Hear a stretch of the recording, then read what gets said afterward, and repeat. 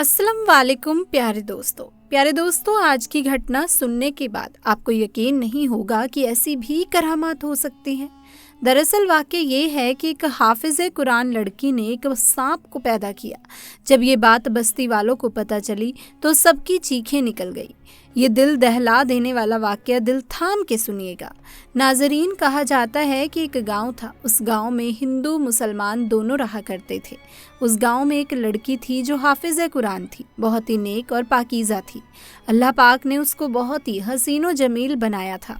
अल्लाह पाक ने उसको हुस्न के साथ साथ अखलाक से भी नवाजा था। वो अपने माँ बाप की इकलौती बेटी थी। उस गांव में एक छोटा सा मदरसा था जहां वो कुरान पाक हाफिज करने के लिए वहां जाया करती थी, और रास्ते में आते आते लोग उसके हुस्न को देखकर उसके आशिक हो चुके थे। मगर एक मर्तबा अल्लाह का करना ऐसा हुआ, एक हिंदू लड़के ने उसको देख लिया। उसको देखते ही वो उसका दीवाना हो गया और किसी न किसी तरीके से उसकी कुर्बत को हासिल करना चाहता था। उसको पाने की तरह तरह के मंसूबे बना रहा था, मगर अल्लाह ताला को ये मंजूर नहीं था कि एक हिंदू की शादी एक मुसलमान हाफिज कुरान लड़की से हो। उस लड़की की शादी एक मुसलमान से हो गई। उसके बाद वो लड़की के साथ ऐसा क्या हुआ कि वो एक सांप की मां बन गई। एक लड़की ने सांप को पैदा किया। आइए जानते हैं आज का ये अजीबो गरीब वाक़या। वो गैर मुस्लिम शख्स ने उसको देख लिया और उसकी खूबसूरती का आशिक हो गया। वो किसी भी तरह से उससे बात करना चाहता था, उसके साथ शादी करना चाहता था, मगर ऐसा हो ना पाया और उस लड़की की शादी एक नेक मुसलमान लड़के के साथ हो गई।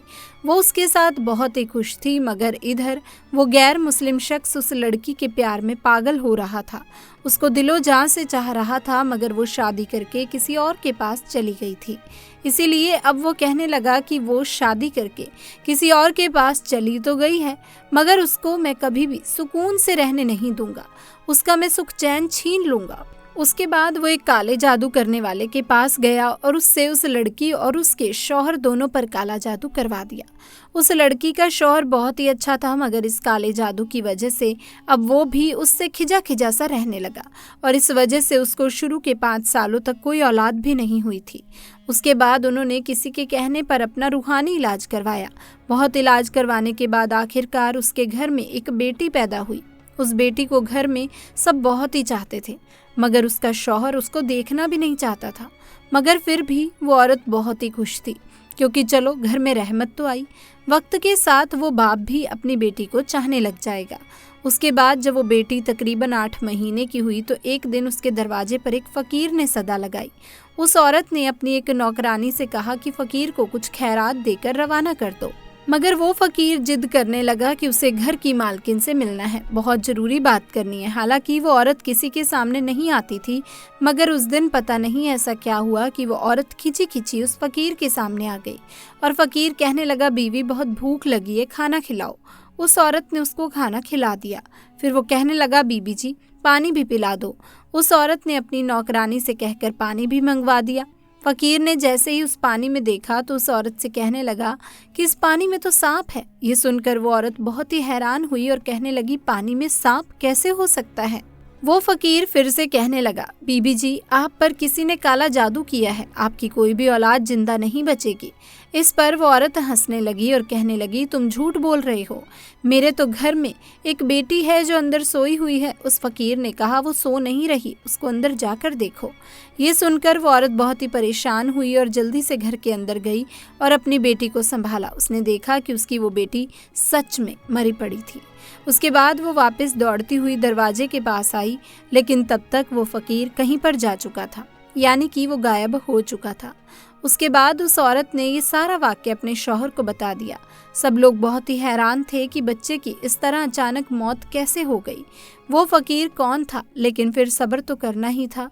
इस औरत ने भी सब्र किया और अल्लाह के सामने सजदा करके गिड़गिड़ाने लगी, या अल्लाह मुझसे ऐसा कौन सा गुनाह हो गया कि मुझसे खुशियाँ ही रूठ गई हैं।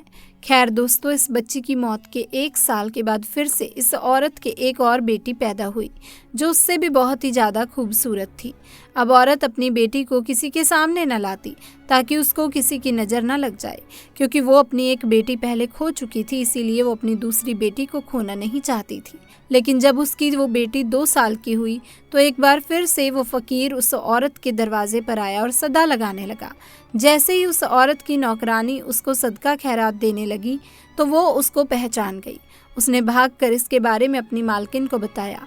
इस औरत को शक हो गया था कि कहीं ये फ़कीर उसकी दूसरी बेटी को लेने तो नहीं आया है, इसीलिए वो भागकर पहले अपनी बेटी के पास गई। उसने देखा कि उसकी वो बेटी आराम से सो रही है। उसने अल्लाह का शुक्र अदा किया और फिर अपनी नौकरानी से कहा कि उसे सदका खैरात देकर रुखसत कर दो। फ़कीर घर से जाते हुए कहने लगा, इस घर की मालकिन पर काला जादू किया गया है, इस घर की कोई भी औलाद जिंदा ना बचेगी, उससे कहो अपना इलाज करवाओ। इस तरह से कहकर वो फ़कीर घर से चला गया। फ़कीर की इन बातों को सुनकर वो औरत रोने लगी। ये देखकर वो नौकरानी औरत के शौहर को बुला लाई। उसका शौहर एक घोड़े पर सवार होकर घर में आया।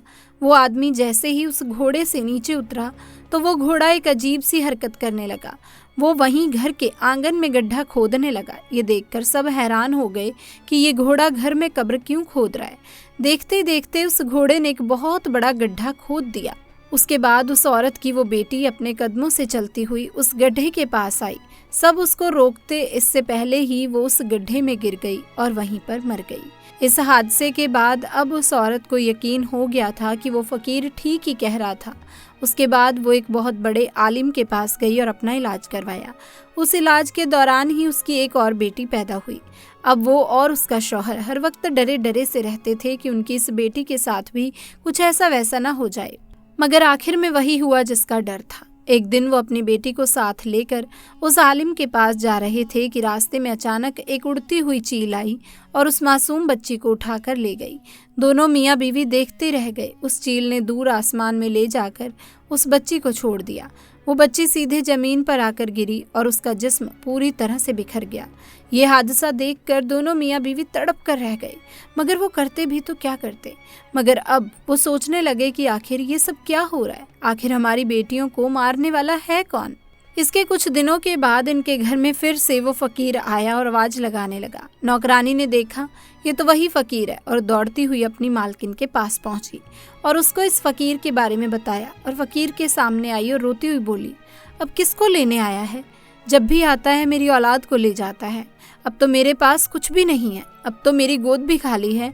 तो वो फ़कीर कहने लगा, औरत अगर तुम मुझ पर यकीन रखती हो तो मुझे अपने घर के अंदर ले जाओ, मुझे खास तुम्हारे काम के लिए ही भेजा गया है। उस औरत ने उस पर यकीन कर लिया और उसको अपने घर के अंदर ले गई। फ़कीर ने उसके पूरे घर का चक्कर लगाया और फिर एक जगह बैठकर और फिर पानी मांगने लगा। उसकी नौकरानी ने उसको पानी लाकर दे दिया। फ़कीर काफ़ी देर तक पानी पर वजीफ़ा पढ़ता रहा। फिर उस औरत से कहा कि देखो इस पानी के अंदर तुम्हें क्या दिख रहा है। जैसे ही उसने पानी के अंदर देखा तो एक जोरदार चीख मारकर पीछे हट गई, क्योंकि उस पानी में एक काला नाग सांप कुंडली मारे बैठा हुआ था। उस फ़कीर ने फिर कहा, देख लिया ना, आपके ऊपर काला जादू किया गया है। इस काले जादू से आपके पेट के अंदर एक सांप को बिठा दिया गया है जो आपके हर बच्चे को मार देता है। वो औरत कहने लगी, पर मेरे तो सारे बच्चे सही सलामत पैदा होते हैं। तो इस फ़कीर ने कहा कि हाँ, तुम्हें खुशियाँ मिलती ज़रूर हैं, मगर फिर वापस छीन ली जाती हैं।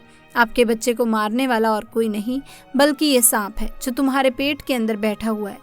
वो औरत कहने लगी, बाबा जी, मगर मेरा दुश्मन है कौन? कौन है जिसने मुझ पर काला जादू किया है? तो वो फ़कीर कहने लगा, बीबी जी, एक गैर मुस्लिम तुम्हारा दीवाना हो गया था, मगर जब तुम्हारी शादी हो गई तो उसने फिर तुम्हारा सुख चैन छीनने के लिए तुम्हारे ऊपर काला जादू करवा दिया।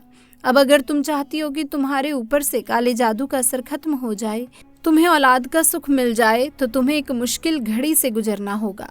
वो औरत अल्लाह की एक बंदी थी। उसने हिम्मत करके कहा कि मैं इसके लिए हर मुश्किल घड़ी से गुजरने के लिए तैयार हूँ, आप हुक्म करें, बस इस गंदे इल्म को यहाँ से हटाना है। वो फ़कीर कहने लगा, तो तुम्हें अपनी औलाद को जिंदा रखने के लिए पहले सांप को पैदा करना होगा, यानी कि उस सांप को अपने पेट से बाहर निकालना होगा, तभी तुम्हारे आने वाले बच्चों की ज़िंदगी महफूज हो सकती है। औरत अपनी औलाद को बचाने के लिए इस मुश्किल काम को करने के लिए भी तैयार हो गई। उसके बाद फ़कीर ने उसको कुछ अमल बताए जिसको उसने रात की तन्हाई में करना था। फकीर ने उस औरत को ये भी बताया कि वो सांप तुम्हारे पेट में मौजूद जरूर है, मगर वो अंदर बढ़ नहीं रहा। अगर तुम उससे मोहब्बत का इजहार करोगी, अगर तुम उससे कहोगी कि ये तो मेरा बच्चा है, मुझे इसको पैदा करना है, तो फिर वो तुम्हारी हर बात को सुनने लगेगा। फिर किसी भी तरह से तुम उसे अपने पेट से बाहर निकाल पाओगी। उसके बाद ऐसा ही हुआ। वो औरत अपने पेट पर हाथ फेरते हुए कहती कि मेरे पेट के अंदर जो भी है वो मेरी ही औलाद है, उसे दुनिया में मैं लाना चाहती हूँ, मैं उसकी माँ हूँ। और तो और उस सांप ने उसकी ये सारी बातें सुन ली। फिर वो सांप उसके पेट के अंदर बढ़ना शुरू हो गया। इस औरत ने एक बूढ़ी दाई माँ से भी बोल रखा था कि जब भी मेरा बच्चा पैदा होगा तो मेरे पेट से किसी बच्चे की जगह हो सकता है कि सांप निकले, लेकिन तुम डरना मत। वो बूढ़ी औरत भी हिम्मत वाली थी, इसके लिए वो भी तैयार हो गई। फिर एक दिन वो वक्त भी आ गया कि उस औरत ने एक सांप को जन्म दे दिया, लेकिन उन वजीफे की बरकत से वो सांप जिंदा नहीं बल्कि मुर्दा हालत में बाहर आया। और अल्लाह का कर्म ऐसा हुआ कि उसके साथ में उस औरत ने एक बेटे को भी जन्म दिया। वो औरत अपने सामने एक सांप को देखकर बहुत हैरान हुई और वो सोचने लगी कि किस तरह से वो अपने पेट में एक सांप को पाल रही थी। फिर उसने अल्लाह ताला का शुक्र अदा किया। इसके बाद अल्लाह ने फिर उस औरत को एक एक करके 2 और बेटे अदा किए जो बिल्कुल ठीक और सही सलामत पैदा हुए। काले जादू का असर अब पूरी तरह से खत्म हो चुका था। इसके कुछ दिनों के बाद वो फकीर बाबा उसके दरवाजे पर आया तो वो औरत कहने लगी, बाबा जी कुछ बुरी खबर सुनाने तो नहीं आए हो ना, क्योंकि अब तो मेरे बेटे भी बहुत बड़े हो गए हैं जो बिल्कुल सेहतमंद है और हर रोज मैं उनकी लंबी उम्र के लिए दुआ भी करती हूँ। तो ये सुनकर फकीर बाबा ने कहा कि बेटी, इस बार मैं तुम्हें कोई बुरी खबर नहीं बल्कि अच्छी खबर सुनाने आया हूँ। तुम पर जिस गैर मुस्लिम शख्स ने काला जादू करवाया था वो फिर से तुम्हारे ऊपर काला जादू करवाने के लिए जंगल में चंदन की लकड़ियां काटने गया था, तो उसको किसी बड़े से काले सांप ने डस लिया और वो वहीं पर तड़प कर मर गया। ये सुनकर वो बहुत ही खुश हुई और अल्लाह का शुक्र अदा करने लगी। साथ ही आपको एक और वाक्य बताती हूँ जो कि ये बयान करता है कि किसी पर भी तोहमत लगाना बहुत गलत है। तो प्यारे दोस्तों, आप रजी अल्लाह ताला अन्हु अपने कमरे में बैठे हुए हैं। एक बंदा आपके कमरे में आता है और आकर कहता है कि ए अमीनुल मोमिनी, मैंने शादी की थी एक औरत से और आज उस औरत की शादी को 6 महीने मुकम्मल हो गए और मेरी बीवी ने एक बच्चे को जन्म दे दिया। अब आपसे मेरी एक दरख्वास्त है कि मेरी शादी को तो अभी 6 महीने हुए हैं, तो ये बच्चा कैसे पैदा हो सकता है। अब इस वाक्य से पहले दोस्तों आम लोगों के अंदर ये बात पाई जाती थी कि 6 महीने में बच्चा पैदा नहीं हो सकता, इसीलिए वो आदमी भी परेशान हो गया और अपने उस बच्चे को देखा भी नहीं और सीधा अमीनुल मोमिनी के पास आ गया। हज़रत उस्मान रज़ी अल्लाह तआला अन्हु ने लोगों को जमा किया और मशवरा किया कि ये बच्चा हलाल का है या हराम का। तो मशवरे में मौजूद तमाम लोगों ने कहा कि 6 महीने का बच्चा अरब के अंदर कभी भी पैदा नहीं हुआ, लिहाजा ये हलाल का नहीं हो सकता बल्कि हराम का ही है। हज़रत उस्मान रज़ी अल्लाह तआला अन्हु ने हुक्म दिया कि औरत को खुले मैदान के अंदर ज़मीन में गाड़कर रज़न का अमल शुरू कर दिया जाए। अब जैसे ही आपने हुक्म दिया और आपने ये फैसला फरमाया तो ये खबर आसपास के इलाकों में फैल गई और चलते चलते ये खबर हज़रत अली रज़ी अल्लाह तआला अन्हु के कानों में जा पहुँची।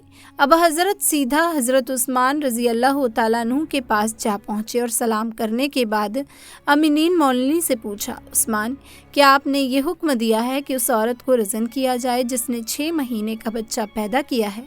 तो हज़रत उस्मान रज़ी अल्लाह तआला अन्हु ने फरमाया कि मैंने ये हुक्म दिया है। अब हज़रत अली रज़ी अल्लाह तआला अन्हु ने इरशाद फरमाया और कहा, ए अमीनुल मोमिनी, आपने गलत फैसला किया है। उस्मान 6 महीने का बच्चा तो कुरान से साबित है। तो हज़रत अली रज़ी अल्लाह तआला अन्हु ने फरमाया, क़यामत तक अगर किसी औरत का 6 महीने का बच्चा बिस्तर पर पैदा हुआ है तो उसे हलाल किया जाएगा, हराम नहीं, क्योंकि ये कुरान की आयत के मुताबिक है। और सारी दुनिया झूठी हो सकती है लेकिन कुरान पाक की बात कभी भी झूठी नहीं हो सकती। हज़रत उस्मान रज़ी अल्लाह तआला अन्हु ने फ़ौरन सिपाहियों को दौड़ाया। अल्लाह ना करे कि उस औरत को संगसार कर दिया जाए, जो क़यामत के दिन मैं उस्मान को क्या बोलूँगा। हज़रत अली रज़ी अल्लाह तआला अन्हु भी वहाँ से निकले और वो सिपाही भी निकले। अल्लाह का कर्म है ऐसा हुआ कि उस औरत को ज़मीन में गाड़ दिया गया और उसका सिर्फ चेहरा बाहर था और उसकी बहन उससे आखिरी मुलाकात करने आई हुई है और ज़ारों कतार रोती जा रही है और उससे बातें कर रही है। अब सिपाही भी वहाँ पर पहुँच गए, हज़रत अली भी वहाँ पहुँच गए। उस वक्त वहाँ पहुँचते ही हज़रत उस्मान रज़ी अल्लाह तआला अन्हु ने उस रज़न को रोकने का हुक्म दे दिया। उस औरत को उसी वक्त ज़मीन से बाहर निकाला गया और हज़रत उस्मान रज़ी अल्लाह तआला अन्हु ने उस औरत को अपने पास बुलाया और उसके बेटे को पेश किया गया। रिवायत के अंदर ये अल्फाज मौजूद हैं कि जिस तरह परिंदों में दो अंडे मिला दिए जाएं तो पता ही नहीं चलता कि कौन सा अंडा किसका है, दोनों में क्या फ़र्क है, इसी तरह उस बच्चे की शक्ल और सूरत बिल्कुल उसके वालिद के ऊपर थी और वालिद ने उसको अभी तक नहीं देखा था। वालिद ने जब देखा और कहा कि अल्लाह की कसम, ये तो मेरा ही बेटा है। तो प्यारे दोस्तों, इस पूरे वाक्य से ये बात साबित हो जाती है कि कुरान में भी 6 महीने के बच्चे को हराम नहीं समझा गया है। कुरान की हदीस ये साबित करती है कि 6 महीने में जो बच्चा पैदा होता है वो हराम का नहीं, हलाल का ही समझा जाएगा। तो आप भी इस बात का ध्यान रखिएगा। उम्मीद करती हूँ दोस्तों आपको आज के ये दोनों वाक्य पसंद आए होंगे और आपने इन वाक्यों को सुनकर क्या सीखा, आप हमें कमेंट सेक्शन में आकर ज़रूर बताइएगा। अगर आपको हमारी आज की ये वीडियो मालूमात भरी लगी, पसंद आई, तो इस वीडियो को लाइक ज़रूर करें और जो पैगाम हम आप तक इस वीडियो के ज़रिए पहुंचाना चाहते हैं, इस वीडियो को आगे शेयर करके वो पैगाम आप दूसरों तक भी पहुंचा दीजिए। अगर आप हमारे चैनल पर पहली बार आए हैं तो चैनल को सब्सक्राइब कर लें और साथ लगे बेल आइकन को प्रेस कर दें ताकि हम हमारे चैनल पर जो भी वीडियोस अपलोड करते हैं उसकी नोटिफिकेशन आपको बावक्त मिलती रहे। इंशाल्लाह मिलेंगे एक नई वीडियो के साथ। तब तक के लिए आप सभी को अल्लाह हाफिज़।